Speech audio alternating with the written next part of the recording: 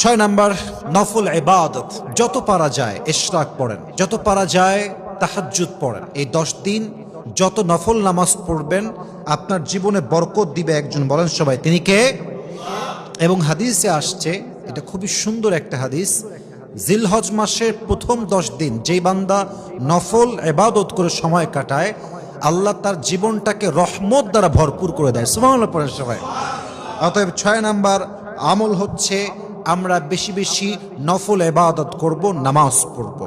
7 number, and that is the last one, final one, অবশ্যই জিলহজ মাসের প্রথম 10 দিন আমরা সবাই বেশি বেশি কোরআন তেলাওয়াত করব।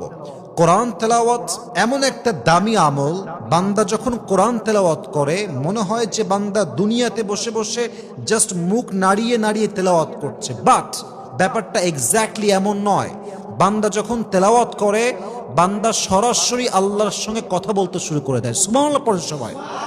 অতএব আমরা সকলেই ট্রাই করব আমাদের সোলকে, আত্মাকে শান্তি দেওয়ার জন্য এবং নিজেদের আমলকে আরও বেশি ডেভেলপ করার জন্য সবচেয়ে বেশি আমল করব আমরা এই 10 দিনে, বেশি বেশি কোরআন তেলাওয়াত করব। রাজি আছেন তো ইনশাআল্লাহ? আমি যেই 7টা আমল বলেছি আল্লাহ তাআলা আমাদের সবাইকে এই 7টা আমল অনুযায়ী পরিপূর্ণরূপে অ্যাপ্লাই করার তৌফিক দান করুক। পড়েন সবাই আমিন।